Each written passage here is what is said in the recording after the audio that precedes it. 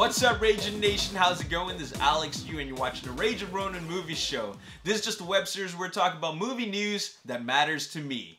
In this episode, we're going to talk about the Disney and Fox merger. Disney Studios acquired and completed the purchase of 20th Century Fox, and it is a pretty big deal.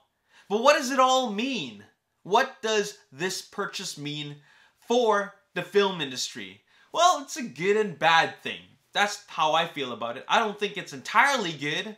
I think there's a little bit of bad things. In fact, quite a few negative things that come out of a big purchase like this. But first of all, I want to share with you how much it was purchased for. $71 billion. That's not even, we're not talking about $71 million. $71 billion. That is a disgusting amount of money. But hey, that's what they feel that this company is worth, and there are a lot of assets there. Now, to put things in perspective, the original offer was $42 billion. That was the original offer for Disney to purchase 20th Century Fox. And to put things in more perspective, 10 years ago, Disney purchased the Marvel library for only $4 billion. And look at it now. For a $4 billion investment, they now have 10 years worth of films in the Marvel Cinematic Universe. Disney also purchased Lucasfilm back in 2012 for also $4 billion. So they're acquiring two very, very big movie franchises and making a huge, huge return on investment from their purchases. And now they're purchasing Fox for $71 billion. Now, to clarify things, they're only purchasing the movie assets and the TV show assets, the entertainment assets. They're not acquiring the Fox News and Fox Sports, as far as I know. As far as I know, it's just the movie and TV shows, okay? So just the entertainment aspect of 20th Century Fox. But it's still a lot of things. I don't know what all the TV shows are, but I want to actually tell, this episode is more about what can we expect from the Disney-Fox merger in terms of movies, and specifically movie franchises. Well, first of all, this is not even, this is related, but one of the worst things that's ever happening is that there are potentially 4,000 to 10,000 jobs that will be lost. Okay? 4 to 10,000 employees will be fired. That's a huge number of employees, and these are people without jobs anymore because of this corporate takeover. And this happens. Whenever there's a corporate takeover, people are going to get fired. They just don't need those people anymore. Which sucks for those people because now they're out of a job that they probably love, or out of a job that is probably feeding their family, and that's a lot of people without jobs anymore. So that is really, really unfortunate. Another thing that I think is a negative thing about this big purchase is that they're, having a monopoly over the competition is, over the industry, over the playing field, is not always a good thing. All right? Even though they're doing a great job with the Marvel Cinematic Universe, maybe they, there's some things that are better left untouched.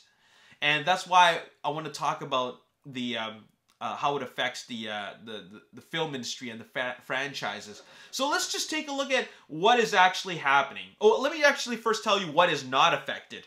Deadpool. Deadpool is the only franchise that I know so far that will not be affected. It will still continue to be rated R. They're going to continue with the direction that Deadpool is going in right now just because they know it is successful. Why would you want to reboot Deadpool? Why would you want to recast Deadpool? They know it works. Ryan Reynolds is the perfect choice, and they're not going to change that. However, we're talking about Disney here, and Disney would have to create a new R-rated label for a film like Deadpool. As for Deadpool joining the Marvel Cinematic Universe, you can say that he's part of it, but will we see any Deadpool cameos or even like Deadpool crossovers with the Marvel Cinematic Universe? I really don't know. I don't think it's going to happen just because one's rated PG-13, the other one's an R-rated franchise. I don't know if it's really going to happen, but I do feel that if it's an R-rated franchise, we could at least expect to see cameos from the MCU characters, just because now they can. So that's what I think is going to happen. And you know, it's a successful franchise, so why quit? Why end that? All right. Speaking of which, what is going to end up being rebooted? X-Men. X-Men is going to end up being rebooted. Dark Phoenix is the last film from 20th Century Fox in the X-Men franchise. The film before that, not Transformers, X-Men Apocalypse was not a good movie. Dark Phoenix has been rumored to not be a good movie either. And New Mutants is in limbo right now. And it's possible that New Mutants will be available for streaming on Disney Plus when it's available. So that's what's happening with that. The fact is that they are really not continuing with X-Men franchise, and at the very, very earliest, the X-Men could come into the MCU no earlier than 2021. Now, that might seem like a long time from now, but it's actually not, because if they were to work on that, films like this take 2 years to make. So 2021 does seem valid, but like, I think it's going to happen at least after 2021, because I know that Kevin Feige has, Phase 4 already planned out for the MCU. All right? But it's not just X-Men. It's also the Fantastic Four. Now, this is a good thing. Fantastic Four needs to be in the right hands. It was in the wrong hands all along, okay? And 20th Century Fox made 3 bad Fantastic Four films. So, hand it over to Disney, and let's see what they can do with it. So, Fantastic Four will definitely be affected in a good way. Star Wars. Now, you might think that, hey, Star Wars isn't affected. They already have it. Actually, what they didn't have before, and now that they do have it, is the distribution rights for the classic films. I'm talking about the classic trilogy. Now, could be a good thing, because it means that Disney could potentially release the original trilogy in the original format. You know how George Lucas has constantly been tweaking with the original trilogy? Now, with Disney owning that, they can release, if they were smart, they can release the original Star Wars trilogy untouched. And if they're smart, they should do that, because that is what the fans want. That is what will sell. Okay, so I hope they do that. Moving on, another franchise that they will own is Avatar. Avatar will be owned by Disney, and that kind of makes sense to me, just because, like, Avatar is a big one, and, they made an Avatar theme park, and, that's very, Disney has theme parks, so they could just add it to their theme parks, and, yeah, I don't think it's going to affect that much. I don't think that anything's going to change, except release dates. Now that Disney owns Avatar, then they have control over when Avatar will be released. No longer will they put Avatar in the same release month as a Marvel film. So they're not going to do that because they know that these are both big films. They don't want to be in competition with each other. But they're going to be reaping a lot of profits from the ticket revenue. So there you go. Kingsman. Is Kingsman going to continue? I would love for it to continue, but once again, just like Deadpool, it will have to be under an R-rated label from Disney. Now, Disney's no stranger to having an R-rated label. After all, if you didn't already know, Miramax and Dimension Films, as well as Hollywood Pictures, which is no longer anymore, Buena Vista Pictures, Touchstone Pictures, which is also no more. They produced R-rated films under those labels. Not specifically R-rated films, but they were owned. Those sub studios, sub brands were under Disney. They're owned by Disney, right? So they can do that. They can make an R-rated label just for these R-rated comic book movies. So I hope they make Kingsman 3, because I would love to see another one, because the first 2 were really good. And then there's also action films like Die Hard. Die Hard is kind of dead to me. It was done after the 3rd one, but they continue making them. Are they going to make any more? I really don't think so. I think that now that Disney owns Die Hard, there's really no need to make another one, so it doesn't really affect me at all in that sense.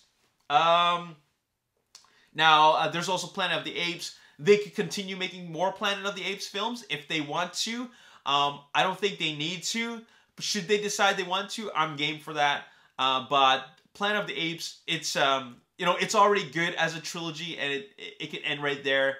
I'm kind of like, I'm pretty neutral about it. If they make it, cool. If they don't, I'm also cool. The trilogy has ended. Now, what I'm really curious about, and what I really want to see, is the continuation of the Alien franchise. Disney now owns the Alien franchise, and they ended off with Alien Covenant, and I was hoping for 1 or 2 more films. Maybe they will still make it happen, because Disney obviously has that, you know, has a lot of money. Well, they just spent $71 billion. If you have $71 billion, that means you must have like $500 billion. You know what I'm saying? So I hope they make more Alien films, because now they own them. Now they own the franchise. And what else is there? Maze Runner, that's already done. The Ice Age animated films. They can make more if they want to. Now it'd probably maybe be under Pixar. I don't know. And then there's also Chronicles of Narnia. That's something that definitely feels like it shouldn't have belonged to Disney in the first place. But I think that now that Disney owns the Chronicles of Narnia, the franchise, now they will be making more of them. Just because this is, you know, those films have been delayed for so long that they may as well continue them and keep that franchise going, because it definitely feels like something that is you know, it's in their alley. You know, it's right up their alley. Anyways, that is all I have to say in this video. I'm just here to talk about how franchises are affected, and I'm really curious to see how this is all gonna play out. Anyways, what are your thoughts on this? Let me know in the comment section below, and I hope you enjoyed this episode. As always, if you enjoyed it, make sure you hit the like button, subscribe to the YouTube channel. Like me on Facebook, The Ragin Nation. Also follow me on Twitter, Ragin Nation. My name is Alexi. Thanks for watching. See you next time. Peace.